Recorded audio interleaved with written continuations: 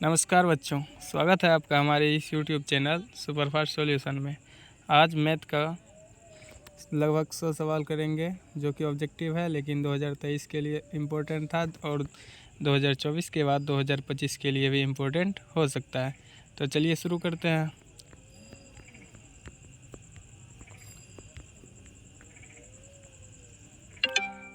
पहला सवाल है P/Q के रूप में 0.41 पर रेकरिंग को लिखा जा सकता है। देखिए 0.41 पर रेकरिंग है। रेकरिंग को हटाने के बाद नीचे में जो है 9 लगता है, तो यहाँ पे 2 अंक के बाद रेकरिंग है तो नीचे में 2 गो 9 लगेगा। इसका मतलब 41/99 मेरा सही आंसर हो जाएगा। तो सी नंबर जो है बिल्कुल सही आंसर हो जाएगा। बढ़ते हैं अगले सवाल की ओर। तो अगला सवाल है, निम्नलिखित में कौन अपरिमेय संख्या है? निम्नलिखित में कौन अपरिमेय संख्या है? √9, √8, √16, √25। तो इसका यदि आंसर निकालेंगे तो √3 हो जाएगा, √9 का 3 निकल जाएगा, √16 का 4 निकल जाएगा, √25 का 5 निकल जाएगा, लेकिन √8 का आंसर नहीं निकलेगा। तो इसका मतलब हमारा सही आंसर हो जाएगा √8। बढ़ते हैं अगले सवाल की ओर। अगला सवाल है, बहुपद 6x - 21 का शून्यक है। बहुपद 6x - 21 का शून्यक है। तो शून्यक निकालने के लिए क्या करते हैं? 6x - 21 बराबर 0। 6x 21 जो है माइनस में है तो 21 उधर जाएगा तो प्लस में हो जाएगा और x बराबर निकल जाएगा 21/6। और इसका सॉल्यूशन करने के बाद हमारा आ जाएगा 7/2। इसका मतलब ए नंबर हमारा बिल्कुल सही हो जाएगा। बढ़ते हैं अगले सवाल की ओर। अगला सवाल है कि बहुपद x² - 10x + 25 का घात क्या है? तो ये चूँकि द्विघात समीकरण है, सबसे आगे में जो है 2 है तो इसका आंसर बी हो जाएगा, द्विघात। बढ़ते हैं अगले क्वेश्चन की ओर।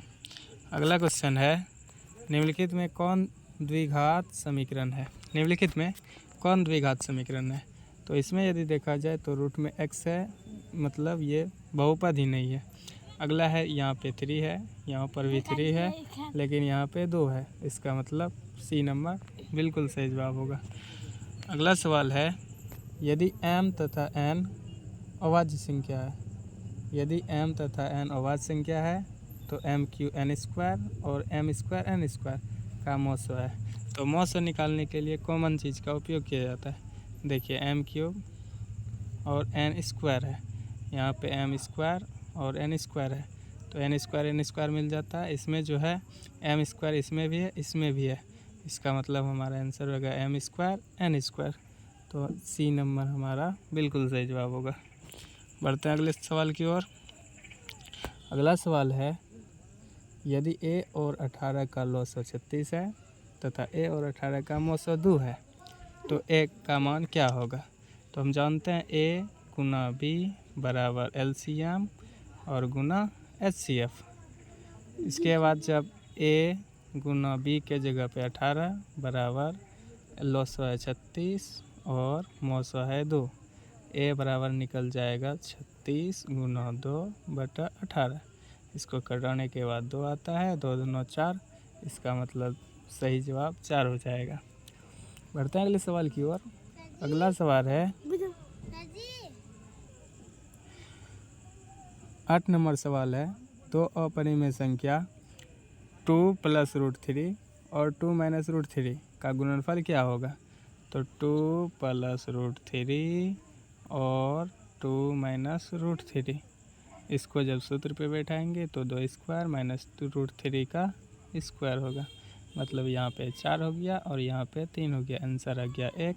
इसका मतलब ये परिमेय संख्या हो गया। बढ़ते हैं अगले सवाल की ओर। अगला सवाल है, द्विघात बहुपद x² + x - 20 के शून्यक है। तो यहाँ पे शून्यक निकालने की बात कर रही है, तो x² - x - 20 बराबर 0 करेंगे। उसके बाद x² इसको तोड़ने के बाद -5x और +4x - 20 होगा। इसका सिंप्लीफाई करने के बाद x यहाँ पे कॉमन आ जाता है, x माइनस 5 और प्लस 4 x माइनस 5। और जब इसका सॉल्यूशन करेंगे तो x का मान 5 निकलेगा और x का मान -4 निकलेगा। इसका मतलब हमारा ऑप्शन जो होगा 5 और -4 होगा, जो कि डी नंबर आंसर है। बढ़ते हैं अगले सवाल की ओर।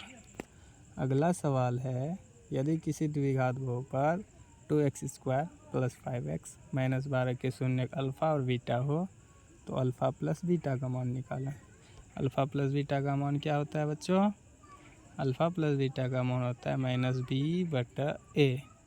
और यहाँ पे माइनस दे दिए, b का मान 5 है 5 और a का मान है 2।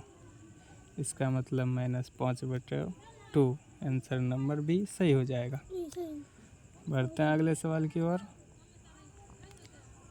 अगला सवाल है, यदि अल्फ़ा बीटा बहुपद x² + 4x + 1 के शून्यक है तो 1/अल्फ़ा + 1/बीटा का मान क्या होगा? तो 1/अल्फ़ा + 1/बीटा। इसका जब सॉल्यूशन करेंगे तो यहाँ पे आएगा अल्फ़ा इंटू बीटा, उसके बाद अल्फ़ा अल्फ़ा कट जाएगा तो यहाँ आएगा बीटा प्लस अल्फ़ा। और इसका सूत्र होता है -b/a और इसका सूत्र होता है c/a। a और a कट जाएगा और इसका सॉल्यूशन होगा -b/c। इसको हमेशा के लिए याद रख लेना है क्या कि इसका जो टोटल सूत्र होता है -b/c। जब जब आएगा उस जगह लगा देना है -b/c।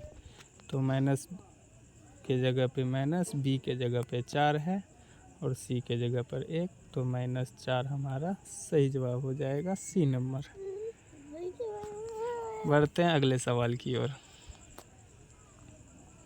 अगला सवाल है, यदि समीकरण kx² + 6x + 9k का मूल का योग और गुणनफल समान हो, मतलब अल्फ़ा प्लस बीटा और अल्फ़ा इंटू बीटा जो है हमारा बराबर है, तो के का मान निकालने के लिए बोल रहा है। इसका मतलब -b/a बराबर होगा c/a के। और जब इसमें a और a कटा देते हैं, -b के जगह पे हो जाएगा 6 और c के जगह पे हो जाएगा 9k। और जब 9 को इधर लेके आएंगे तो k का मान हो जाएगा -6/9 और इसको सिंप्लीफाई करने के बाद -2/3 हो जाएगा, जो कि हमारा बी नंबर आंसर है। बढ़ते हैं अगले सवाल की ओर। अगला सवाल है, यदि x बराबर 1 है, दोनों समीकरण x² + x + a बराबर 0 और bx² + bx + 3 बराबर 0 के मूल हो तो a इंटू b का मान ज्ञात करें। इन दोनों का ये मूल है, तो a इंटू b का मान क्या करना है? ज्ञात करना है।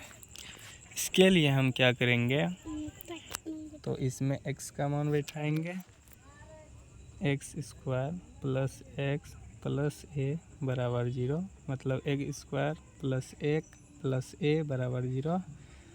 यहाँ पे 1 जोड़ 1 2 हो जाएगा, प्लस a बराबर 0 होगा, a बराबर निकल जाएगा -2। उसके बाद जब इस पे बैठाएंगे तो b × 1² + b × 1 + 3 बराबर 0 और गुना सिंप्लीफाई करने के बाद 2b + 3 बराबर 0 आता है और b बराबर निकल जाएगा -3/2। और इसका जब ab हम निकालेंगे, तो a इंटू b, a के जगह पे आया था -2 और b के जगह पे आया था -3/2। तो 2 और 2 कट जाएगा, माइनस माइनस गुना हो जाएगा, प्लस हो जाएगा। इसका मतलब हमारा टोटल सही आंसर 3 आएगा, जो कि बी नंबर है, बिल्कुल सही होगा। बढ़ते हैं अगले सवाल की ओर। अगला सवाल है, यदि 2 पर पावर x + y, 2 पर पावर x - y और 2 पर पावर -3/2 है तो y का मान। इसका मतलब यदि हम 2 पर पावर x प्लस वाई है, 2 पर पावर x माइनस वाई है और 2 पर पावर 3/2 है। यदि नीचे वाला को हटा दें तो x प्लस वाई का मान होगा 3/2 और x माइनस वाई का मान होगा 3/2। हमको y का मान निकालने के लिए बोल रहा है, तो यहाँ पे माइनस करेंगे, यहाँ पर प्लस करेंगे और यहाँ पे माइनस करेंगे। x कट जाएगा और ये दोनों घट जाएगा, तो 2y बराबर 0 होगा और y का मान हमारा 0 निकलेगा। इसलिए हमारा C नंबर बिल्कुल सही हो जाएगा। बढ़ते हैं अगले सवाल की ओर। अगला सवाल है cos theta into cosec theta, cos theta into cosec theta. तो इसको निकालने के लिए cos theta into cosec theta है। cos थीटा का सूत्र cos थीटा होता है, लेकिन कोसेक का 1/sin थीटा होता है। और तो इसका निकल जाएगा